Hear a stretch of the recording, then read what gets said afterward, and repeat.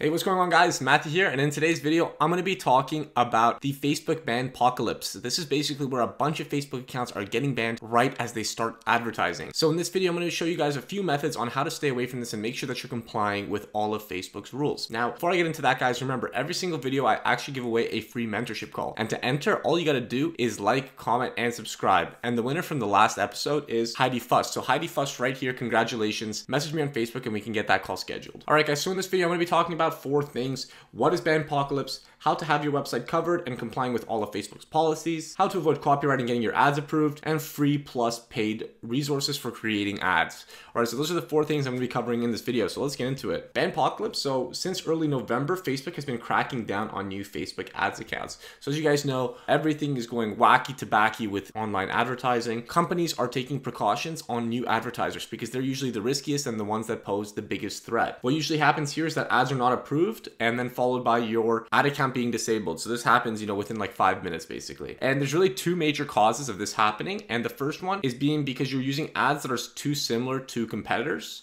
So you're just copying the ad simply from Facebook or from YouTube and you're getting hit with a copyright. But more likely than that, because Facebook, it doesn't really care about copyright because you can't really copyright these ads. They're all random everywhere. But really what they're caring mostly about is that you're not meeting Facebook's standards for customer experience. Now remember guys, Facebook is a social media, not a marketplace. So that's one thing to consider, but we'll talk about that more in just a second. All right guys, so the first problem that I was talking to you guys about is that you have a failure to meet the customer experience according to Facebook. So Facebook's number 1 priority is customer experience. They're not a marketplace. So remember guys, when you go on Facebook, you're not there to buy things. You're there to enjoy the experience, to engage with businesses, right? Thinking from a business to consumer point of view. So you're not really just there to sell. You're trying to share cute funny stuff, have a social impact, right? It's social media, not a marketplace. It's not Amazon. So there's a customer experience checklist that I've made for you guys, and the first thing is going to be fill out as much info as you can on your Facebook page. So on your Facebook page, make sure that you have your about us, your website, your location, if you have your store hours, where you're located, all that kind of stuff. Everything that you can fill out as a drop shipper, make sure that it's all filled out. It is really important to have that stuff filled out.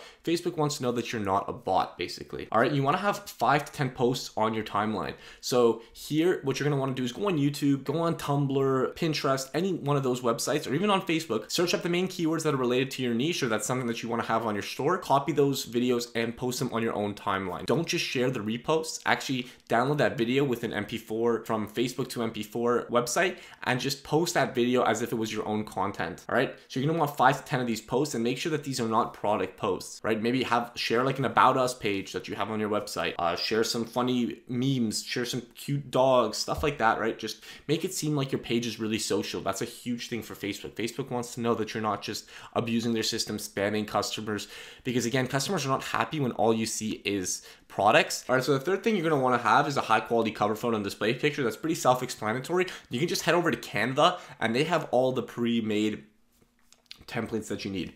And then finally, just have everything congruent. So have your username, your page name, and your pictures all related. So if your username is xxquickscopes420, but your page name is ultimate gift ideas, well then that could be a red flag right there. All right, guys, so just make sure that you have those 4 things filled out. It's really easy to do. It should take you an extra 20 minutes to what you would do regularly, but it's gonna make that difference because Facebook is looking at your customer experience, right? All right, guys, so next we have the website checklist. Now, this is important because as soon as you install a pixel, as soon as you launch the ad, Facebook is gonna have a crawler, like a bot, just go on your website and check things out. So what you're gonna wanna have is original content. So, create blog posts, create maybe 2 or 3 blog posts, maybe one about us, 5 top products that you need this summer, this winter, this fall season, this year, something like that. Create landing pages that are working. Everything is working. There's no dead button. So if there's like a Facebook social media page, make sure that that actually links to your Facebook page. Have a terms of service page, a refund policy, a contact us, a tracking number. All that kind of stuff really does boost your chances of not getting banned on Facebook, because not only do bots come on your websites, but sometimes real people come on and they'll be looking for that kind of stuff. Make sure your website is professional and clean. You have an official domain, like a custom domain name that is related to your brand. Make sure it's not spammy or deceptive. Don't have like all these pop-ups, things like that, pop-ups that sell prohibited products or that send you elsewhere, right? Make sure everything is done on your Facebook page. Everything should be clear on the Facebook page. There should be no surprises for the customers, all right? And it should be easily navigable, so don't make it confusing for the customers to get to, the terms of service or anything like that. Don't have any dead pages and don't have any prohibited content on your website either, all right? So no swearing, and you should just go on Facebook and search up their terms of service. I'll have a link below actually, and you can just go through that and make sure that your website isn't doing anything that isn't part of Facebook's terms of service. All right guys, so here is the ad section of it. So if your ads are getting disapproved and you're getting banned, then it might be your ad getting flagged for copyright. So Facebook actually has been cracking down on copyright and stolen ads. So the ads checklist here that I've made that's very similar is the first thing you got to do is just read the TOS and the Facebook ads policy. It's really important to read that stuff. It takes like 10-15 minutes. You can skim through it. So no prohibited language in ad copy.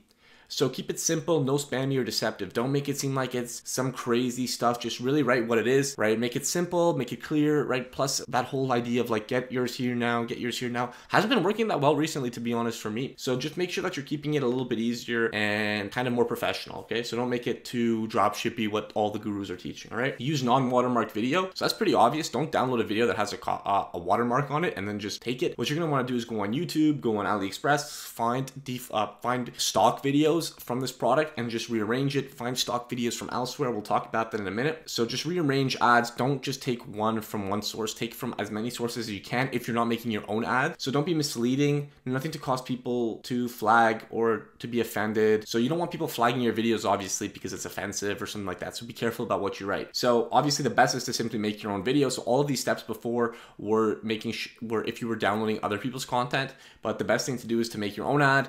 Get that product in for yourself, give it to your like 5 closest friends to make like a short little video of them like testing it, brushing their teeth, whatever. All right, I'm thinking of the charcoal shit. All right, so here's some valuable tips that I have. The first thing is going to be always look on AliExpress for original content. So underneath, the first thing is usually a video if they have one. So you can go ahead and just download that video. Download text and transitions for your editing software is also a great tip. There are so many free resources where you can download free text transitions. So those little text bubbles that pop up, right? You can just download that onto your editing software and just install it. It's free. So you can do that, and that's gonna definitely keep your video fresh and new. So again, buy the product for yourself, send it to Fiverr to be recorded with. So you can buy the video, make the video yourself, or you can send it to somebody on Fiverr who will edit it and film it for you. That's also good. Use stock video software and mix with videos. So you can go on YouTube, right? Like video of somebody sleeping, somebody is like tossing and turning, and you can just take that video and put it in, right? As if somebody's tossing and turning because they can't sleep and they need your product to help them sleep. All right. So yeah, never use one single source. That's the most important thing, guys. Just do not use a single source of video. That is how you get screwed on Facebook. All right. So let me show you guys a few examples. So here's a really simple product, right? And this video actually has a lot of likes. I don't know how well it's actually doing, but you can really make a video just like this. As you can see, it's just zooming in on the product. It's a video, so you get all that analytical stuff that you can make lookalike audiences with. And here's a good one, right? Bam. Really simple, really easy. All product images that they got from AliExpress, right? You can probably find these yourself. A couple of videos in here, but this is really simple. Simple stuff. And to get these kind of transitions, you can just download them online, and there are even apps on the iPhone that I'll talk about in just one second. Here are the free apps. You got Ripple, so that's the software that I think they used on their video. There's iMovie and Windows Movie Maker, there's Canva, there's InLight, Pixaloop. So these two right here are free apps, and then iMovie and Canva are totally free. So you can just go ahead and mix stuff with those, or you can make images and just drag them out on a timeline to make it a video. Really simple stuff. Okay, and then there are paid apps, so you can use Final Cut. I personally use Final Cut, Adobe Premiere, right? I know a lot of people on Windows like Adobe Premiere.